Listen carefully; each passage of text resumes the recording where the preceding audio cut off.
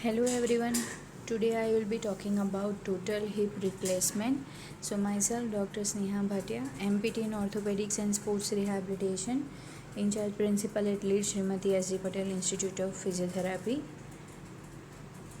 So before I start with my lecture, I would like to request my audience to please subscribe to my channel, to press the bell icon to get notified for the next video, and to share this channel with your friends.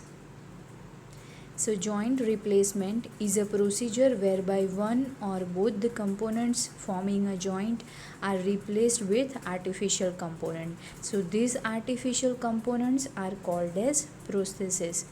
Prostheses are made up of special metal alloy or special high density polyethylene.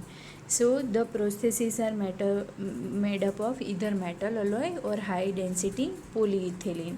So a lot of research has gone into choice of the material, designing of the prostheses and technique of their implantation. But even till today, no artificial joint is as good as the God given joint. But in case of some pathological conditions like osteoarthritis, rheumatoid arthritis, the procedure of TKR and THR can be performed, so the patient can live a good quality life and have decreased pain and improved function. So hemiarthroplasty, which is also called as partial joint replacement, it is replacing only one side of the joint. So for example, the head of the femur is replaced with an artificial component while the acetabulum is left as it is. So in case of the hip joint, the articulating surfaces are the head of the femur and the acetabulum. So in case of partial joint replacement or hemiarthroplasty, only the acetabulum or the head of the femur, either one of them will be replaced. Hemiarthroplasty is indicated when only one half of the joint is affected. For example, fracture of neck of the femur in the elderly. So if in case of old age, when fracture of femur are more common, in those cases the complication of avascular necrosis of the head and neck of the femur are very common. So to avoid that complication, elderly patient after getting fracture of the neck of the femur are advised to undergo partial joint replacement or hemiarthroplasty of the hip joint. So in this picture we can see on the left hand side the hip joint is replaced. So this is the X-ray showing the hemiarthroplasty. So coming to the types of prostheses, there are different types of prostheses. One is the bipolar prosthesis and another one is the monopolar prosthesis. So the prosthesis can be of variety of type. It could be single piece, that is called as monopolar, or it can be two piece, that is called as bipolar prosthesis. So in the bipolar prosthesis, motion occurs between the two parts of the prosthesis itself. So as we can see in the picture, the first picture is showing the monopolar prosthesis and the second picture is showing the bipolar prosthesis. So in the bipolar prosthesis we can see there is inner head and there is outer plastic. So in case of bipolar prosthesis, the movement will be taking place between these two parts of the prosthesis, that is the outer plastic and the inner head. In the next picture we can see one piece femoral prosthesis, that is also called as monoblock. Then we can see modular femoral prosthesis. It can be fitted on the operation table. So it has three parts: acetabular cup, then the head, and the neck and the stem. Then we have another two type of prosthesis, that is the cemented prosthesis and the uncemented prosthesis. So cemented prosthesis is bonded to the host bone by bone cement, that is why it is called as cemented prosthesis. Uncemented prosthesis is a press fit design where natural bonding occurs between the host bone and the prosthesis. So these are the types of prosthesis. It can be bipolar, monopolar, cemented and uncemented type of prosthesis. So the operative techniques consist of different procedures. So before we move on to the type, what what kind of techniques are involved. Let us see this picture which is showing us about the cemented and the uncemented type of processes. So on the left hand side we can see that is cemented processes. So we see bone layer, then we have a layer of cement, and then there is the layer of the metal. In case of uncemented, on the right hand side we can see there is bone, then there is porous coating, and then we have the metal. So that is the uncemented type of processes. So next, coming to the operative technique. First of all, the operating technique for the THR, total hip replacement, or hemiarthroplasty or partial joint replacement, the surgeon requires to expose the hip joint. Then next step is to dislocate the hip joint. Then the next step is resecting the ends of the bone, then preparing the medullary canal to receive the prosthesis. Then we have to implant the prosthesis, and the last step is the closing of the wound. So post-operative rehabilitation is also very important. So a similar kind of technique will be used for total joint replacement as well as partial joint replacement. So this is the same kind of operation like shoulder joint arthroplasty, where the damaged head of the humerus is replaced with the prosthesis. So total hip replacement or total joint replacement means both the components of the joint are replaced. For example, the head as well as the acetabulum. So if we see the anatomy of the hip joint is the articulation between the head of the femur and the acetabulum. So if both the articulating bony surfaces are replaced in the operation, then it is called as total joint replacement or total hip joint replacement. So this kind of surgery was first developed by Sir John Charnley in 1960s, and it has proved to be successful operation, giving 15 to 20 years of good function. So after the total hip replacement, we can expect that the artificial joint will serve at least 15 to 20 years of good function. So the success parameter of this this kind of surgery depends on many factors.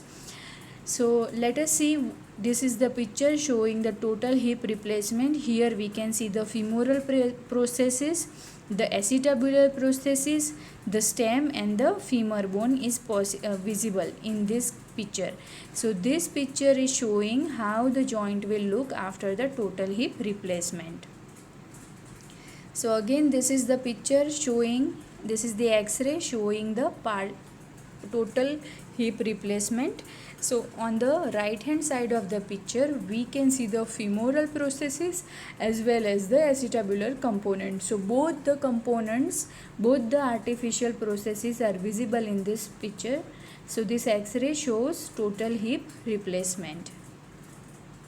So success of the surgery depends on many parameters.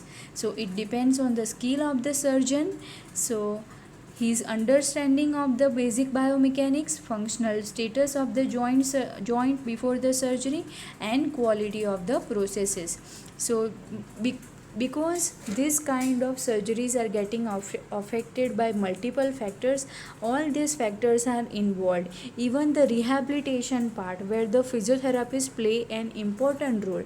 So after the surgery, if the patient is actively participating and performing regular exercises, then this kind of joint replacement surgery will be successful. But if the patient is not performing the exercises regularly, and patient is not active and not doing daily life activities and using the joint properly, then also this surgery can be a failure. So good quality Indian joints have become available, artificial joint components, and it is also giving satisfactory results in the hands of those surgeons who are having good skill. So standard of the operation theatre and the post-operative care also constitute essential ingredient to making this operation successful. So the total joint replacement operation started with the hip joint replacement first, and then quickly it went on to the knee, then the shoulder, and then the elbow. Even today, hip joint replacement, knee joint replacement, and shoulder joint replacement surgeries are most commonly performed. So today almost all joints of the body have been replaced with varying degree of success. So two most popular replacement operation are the hip and the knee replacement.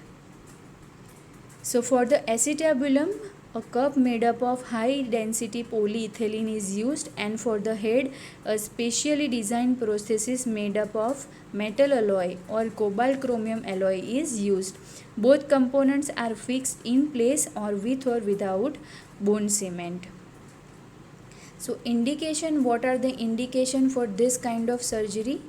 Total joint replacement or total hip replacement can be performed in case of rheumatoid arthritis, in case of osteoarthritis where there is degenerative process taking place. Cemented arthroplasty is used in elderly people with expected life of 10 to 15 years, and uncemented type of THR is performed in younger people. So because the elderly population will have less stability in the joint, and the bone also must have osteoporotic changes. That is why cemented arthroplasty is used in case of the elderly population, while in the younger population their bone mineral density will be higher compared to the elderly population. So uncemented THR or total hip replacement can be performed in younger generation. So complications, what are the complications of this THR? So the first complication is deep vein thrombosis. It is also called as DVT. So this occurs due to inadvertent manipulation of the thigh during the surgery, venous stasis in the limb due to immobility, and some inherent factors in the patient which put him at a higher risk for developing DVT. Treatment of the DVT consists of prevention of the DVT by pharmacological agents such as heparin and its newer derivatives, and by mechanical means such as continuous exercise of the leg, compression garments, and elevation of the leg, etc. So we have to tell the patient to every hour do at least 30 ankle toe movement. So as the patient keeps doing ankle pump movement, ankle toe movement, so the blood circulation will be maintained and the chances of DVT will be low. The second complication is nerve palsies. So these are relatively infrequent complication, but it can also arise.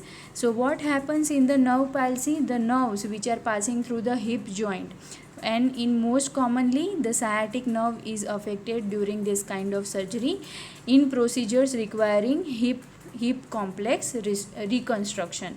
So in the case where we have to reconstruct the entire hip joint, nerve palsies and mainly the injury to the sciatic nerve is very common. Next complication is the vascular injury. So this is uncommon, but it can occur due to technical reason.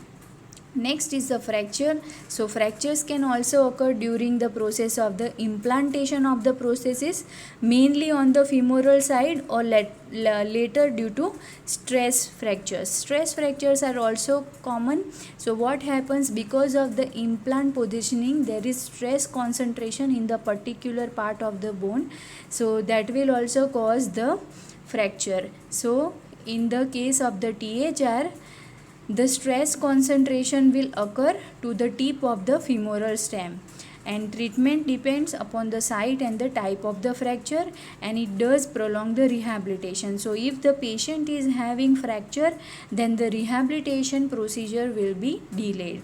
Next complication is the dislocation. So the rate of dislocation of an artificial hip joint is between 1 to 8%, and it is primarily due to malpositioning of the limb during early post-operative period, malposition of the replaced component, and later loosening of the component. So even the loosening of the implant can also lead to dislocation. Next is the infection. So this is the most serious complication of all, and prevention is the best way. to avoid any kind of infection. Next complication is the heterotrophic bone formation. So new bone formation around the component occurs in some cases such as ankylosing spondylitis and result in decreased range of movement. So joint range of motion will be decreased in case of heterotrophic bone formation. So as far as possible we have to try to avoid all kind of complication following the surgery. So this is the x-ray showing the bilateral total hip replacement. So we can see on the right and the left side both side hip joints are replaced with the acetabular component as well as the femoral prosthesis. So reference for today's video, I have taken the content from the book Essential Orthopedics, Maheshwari 5th edition. So thank you for watching this video. If you have enjoyed watching this video, then please subscribe to my channel, press the bell icon to get notified for the next video and share this channel with your